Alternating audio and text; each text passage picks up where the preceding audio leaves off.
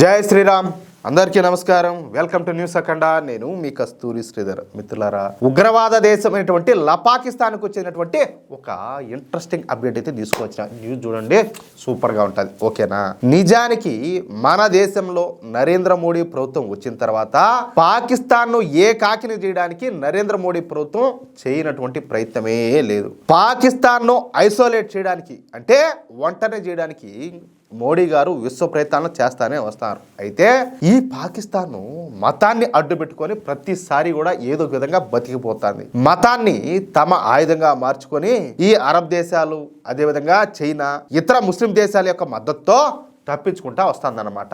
ఈ మధ్యకాలంలో అమెరికా కూడా పాకిస్తాన్కు కొన్ని విషయాల్లో సపోర్ట్ చేస్తూ వస్తుంది. అర్థమైందా? అయితే అదే విచిత్రమో కానీ ఈ పాకిస్తాను పెహల్గామ్లో ఈ ఉగ్రవాద దాడి చేసిన తర్వాత కూడా ఈ టర్కీ, చైనా, అజర్బైజాన్ లాంటి ఈ దేశాలన్నీ కూడా పాకిస్తాన్కు నిస్సిగ్గుగా, లజ్జ కూడా లేకుండా, కనీసం ప్రపంచం అంతా మొహాన్ని ఊస్తాదని కూడా లేకుండా సపోర్ట్ చేసినాయి. పాకిస్తాన్కు ఆయుధాలను అమ్ముతున్నాయి. పాకిస్తాన్కు అప్పులను అందించేందుకు అన్ని రకాలుగా సాయం చేస్తున్నాయి. పైగా మన భారత మీదకు పాకిస్తాన్ను మళ్ళీ ఎగదోసే ప్రయత్నం చేస్తారు. అమెరికా కూడా ఎంతో కొంత ఈ పాకిస్తాన్కు సపోర్ట్గానే ఉంటుంది. చూస్తున్నారు కదా ఏది ఈ మధ్యకాలంలో జరుగుతున్నటువంటి ఈ పరిస్థితులన్నీ కూడా.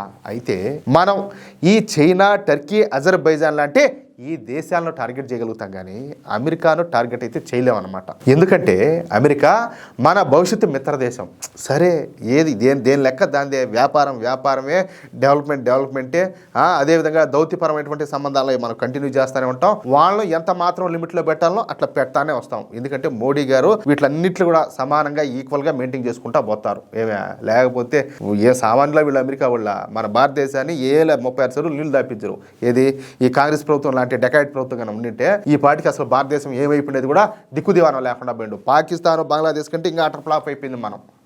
మన టైం బాగుండి మోడీ గారు వచ్చేదో మనం బొత్తురాగానే, లేకపోతే ఇంకా అడ్రస్ అలా. అయితే మనకు అత్యాధునికమైనటువంటి టెక్నాలజీ కావాలన్నా, విదేశాలతో వ్యాపారం జరగాలన్నా, మనకు అమెరికా మార్కెట్ కావాలన్నా, అదేవిధంగా అత్యాధునికమైనటువంటి ఇంజన్లు కావాలన్నా మనకు అమెరికాతో సన్నిహిత సంబంధాలు అయితే అత్యవసరం అన్నమాట. పైగా 30 లక్షల మంది భారతీయులు అమెరికాలో ఉన్నారు. వాళ్ళ రక్షణ, భద్రత కోసమైనా కూడా మనం అమెరికాతో మిత్రత్వం అయితే పాటించాలి. అందుకే ఈ పాకిస్తాన్ విషయంలో అమెరికా ముందు వెనక ఆలోచన చేస్తూ ఉండడం మన దేశానికి కొంతవరకు ఇబ్బందిగా మారింది. సరిగ్గా ఈ సమయంలోనే పాకిస్తాన్కు ఒక అసలైనటువంటి రంకు మొగుడు వచ్చినాడు.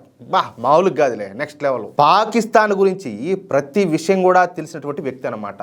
పాకిస్తాన్ గురించి అణువణువు తెలిసిన వ్యక్తి ఇప్పుడు రంగంలో ఎదిగినాడు. ఆయన పేరే ఎస్ పాల్ కపూర్.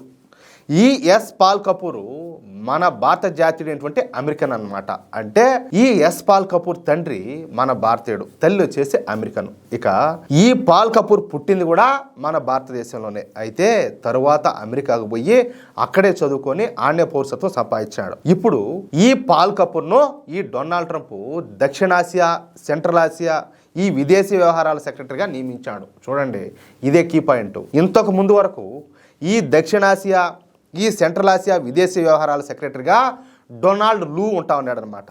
ఈ డొనాల్డ్ లూ అనేవాడు వీడు పెద్ద డెకాయిట్, ఈ రెజిమ్ చేంజరు. పాకిస్తాన్లోను, బంగ్లాదేశ్లో, శ్రీలంకలో, ఈ కిర్గిస్తాన్లో ఈ ప్రజాస్వామ్య ప్రభుత్వాల్లో పడేసినటువంటి ఘనత ఈ డొనాల్డ్ లూ గాడిదనమాట. అలాంటోడు ప్రభుత్వాలనే మార్చేయగలుగుతాడు. వాళ్ళకు అనుకూలమైనటువంటి డెకాయిట్లను, జోకర్లను ఆడబెడతారనమాట. వీడు మన మోడీ ప్రభుత్వాన్ని కూడా కూల్చేసేదానికి విశ్వ ప్రయత్నం చేశాడు, కానీ ఏం పేకలేకపోయినాడు. అయితే ఇప్పుడు ఆ పదవి నుంచి ఈ డొనాల్డ్ లూను తొలగించి మన జాతీయుడైనటువంటి పాల్ కపూర్ను ఈ డొనాల్డ్ ట్రంప్ అయితే నియమించాడనమాట.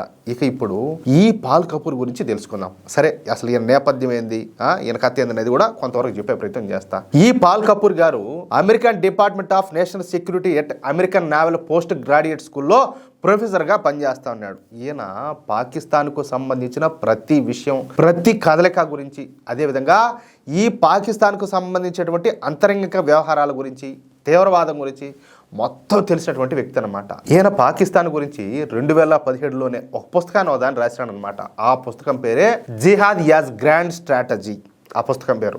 ఈ పుస్తకంలో పాకిస్తాన్ భాగవతాన్ని మొత్తాన్ని కూడా బయట పెట్టేశాడు. పాకిస్తాన్ ఈ మధ్య కాలంలో కాశ్మీర్ కోసమో లేక ఆఫ్ఘనిస్తాన్ కోసమో తీవ్రవాద దేశంగా మారలేదని, మొదటి నుంచి కూడా ఈ పాకిస్తాను తీవ్రవాద దేశమేనని చెప్పేసి ఈ పాల్ కపూర్ గారు అద్భుతంగా ఆ పుస్తకంలో వివరించి చెప్పాడనమాట. పాకిస్తాన్ పుట్టుకతోనే ఈ జిహాదీ మనస్తత్వాన్ని అందిపుచ్చుకునిందని, పాకిస్తాన్ వాళ్ళు మొదటి నుంచి కూడా రాడికలైజ్ అయిపోయినారని, అందుకే స్వాతంత్రం వచ్చిన కొత్తలోనే అనేక మంది హిందువులను ఈ పాకిస్తాన్ వాళ్ళు పొట్టబెట్టుకున్నారని చెప్పేసి ఈ పాల్ కపూర్ గారు స్పష్టంగా ఆ బుక్లు అయితే పొందుపరిచాడనమాట. అంతేకాకుండా ఈ పాల్ కపూర్ గారు ఏ మాత్రం కూడా మొహమాట పడకుండా ఈ తీవ్రవాదాన్ని ఇస్లామిక్ తీవ్రవాదం అని, ఈ ఇస్లామిస్టులే ఈ తీవ్రవాదాన్ని పెంచి పోషిస్తున్నారని చెప్పేసి ప్రపంచానికి వివరించే ప్రయత్నం చేశాడు. ఇకపోతే అమెరికాలో జరిగినటువంటి 2001 వరల్డ్ ట్రేడ్ సెంటర్ పైన దాడి చేసినటువంటి తీవ్రవాదులు మొదటగా ఈ పాకిస్తాన్ లోని కరాచీలోనే ట్రైనింగ్ తీసుకున్నారన్న సంచలన నిజాన్ని కూడా ఈ పాల్ కపూర్ గారు వెలుగులోకి తీసుకొచ్చాడు. ఇకపోతే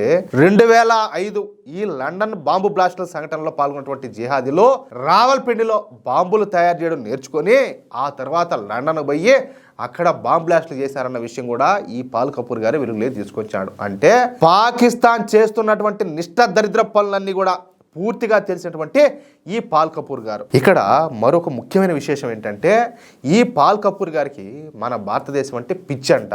ఈయన పుట్టింది న్యూఢిల్లీలోనే కావడంతో ఆయనకు భారతదేశం మీద తరగనటువంటి అభిమానం ఉండాలి. ఈ సందర్భంగా ఆయన మాట్లాడుతా, నా మాతృదేశానికి వెళ్తా ఉండడం నాకు అమితానందంగా ఉండాలి. అది పవిత్రమైనటువంటి నేల, అర్థమవుతుందా?